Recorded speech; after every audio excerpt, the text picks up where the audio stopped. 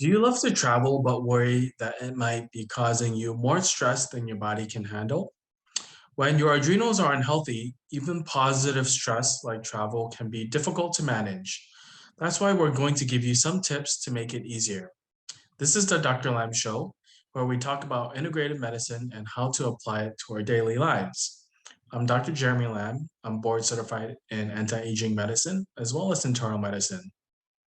And I'm Dr. Carrie Lamb. I'm board certified in family medicine, anti-aging medicine, and regenerative medicine. Today we're going to talk about the travel tips and how to enjoy your holiday and come back relaxed and rested rather than feeling stressed and needing a vacation from your vacation.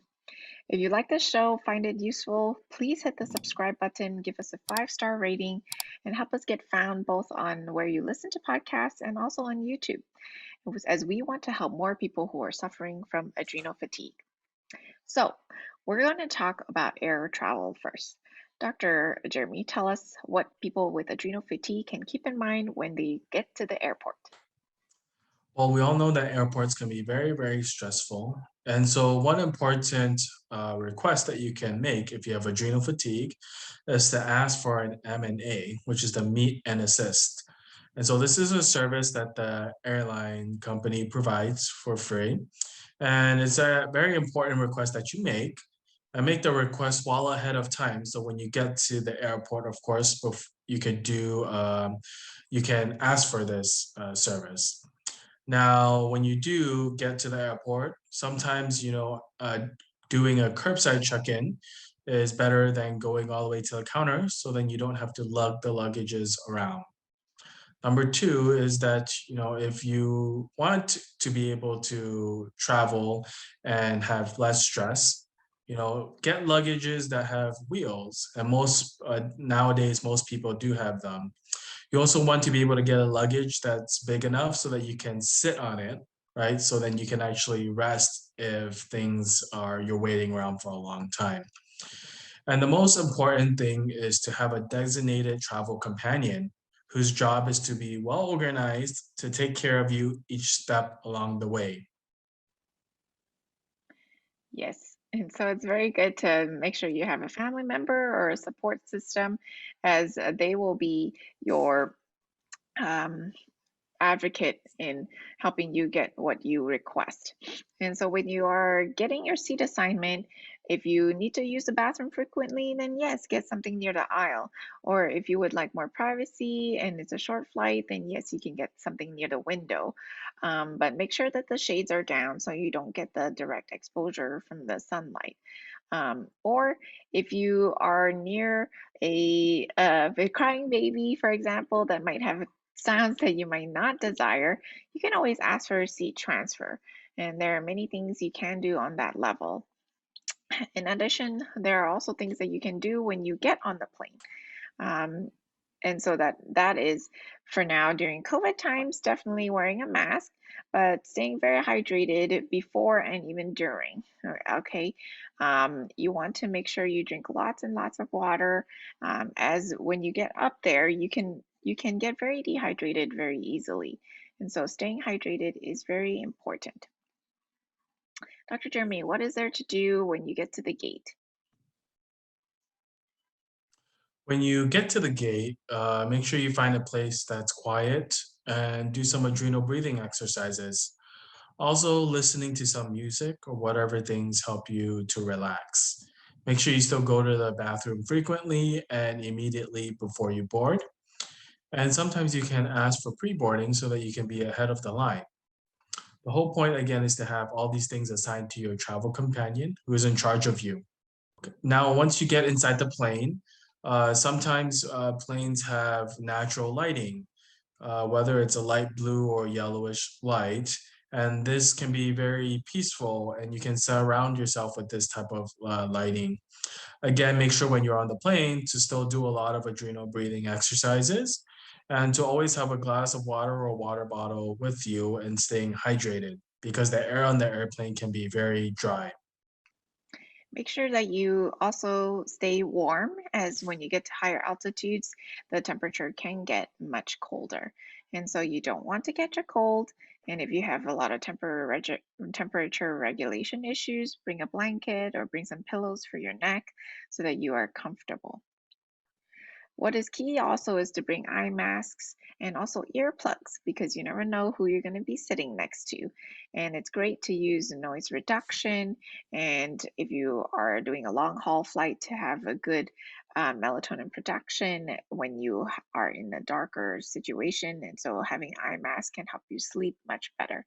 If you don't have any of these things, you can always ask the air stewardess if they have extras. Do you think that the tips that we've provided so far to make your airport experience easier and stress-free? Airports, again, are famously busy and very stressful places, and so any help you can get during the experience will help. If your travel experiences are still stressful, and if you don't want to give up on the idea of holidays altogether, then you will need more help and guidance. So give our staff a call at 714-709-8000, and we can provide some other ideas specific to your condition and situation. If you've liked our content so far, make sure to subscribe and give us a 5-star review. We do have a few more tips for you about plane travel, and so let's dive right into that. Well, before getting to your flight, you want to start with the booking of your flight. You want to avoid midnight flights or red eye flights that can be very stressful for your body's circadian rhythm. You want to arrive in your destination in good shape and have a very easy transition.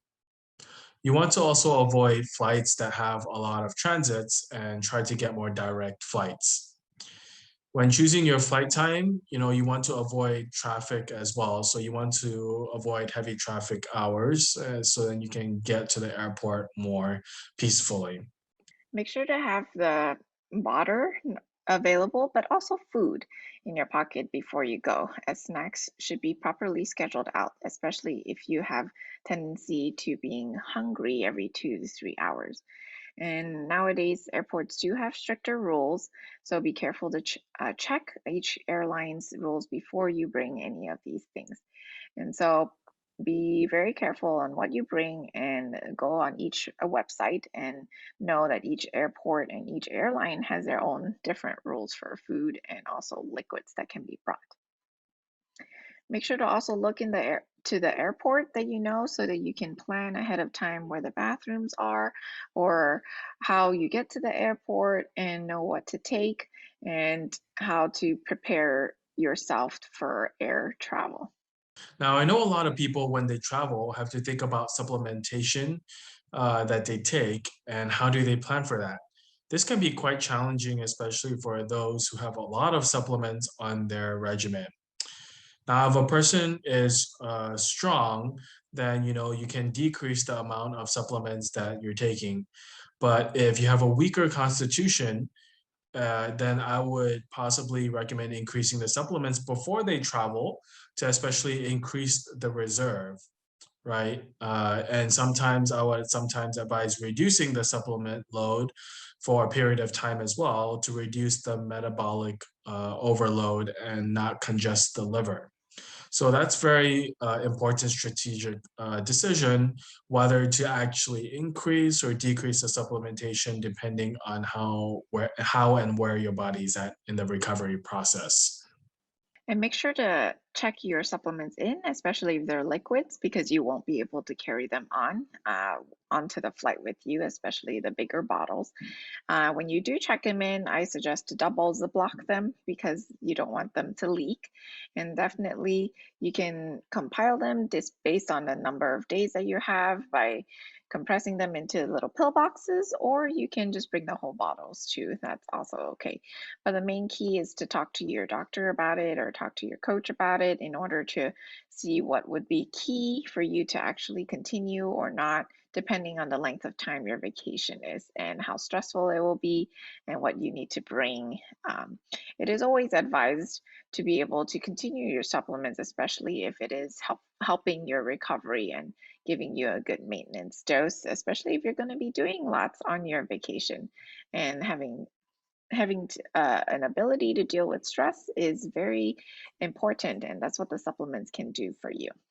So we've talked a lot about the airports, but a lot of people nowadays are actually doing road trips.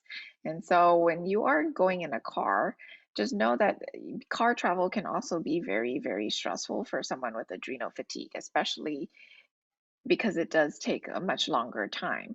So make sure you plan out ahead of time where you're going to stop, where you're going to stay. Make sure you have a good restful nights during your road trip, and that you make frequent stops at gas stations or bathroom breaks in order to stretch your legs out to prevent any blood clots and any extra fatigue.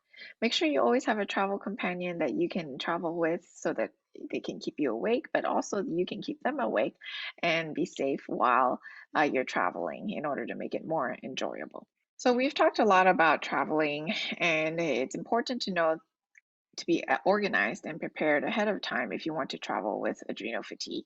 It's the only way to ensure that you have a good time and don't come back stressed or even more in an adrenal crash because it could overload you. So, if you're concerned about your body's reaction to travel, then definitely talk to us or could give our office a call and we can give you some tips on traveling at 714-709-8000, where we understand your body's adrenal fatigue and we can help your body design a good travel itinerary that suits your condition and your body. So that's all we have today. So you've enjoyed today's topic. Please like and subscribe so then we can continue to make more future episodes. This is the Dr. Lam Show, and we're here to empower you to take control of your health.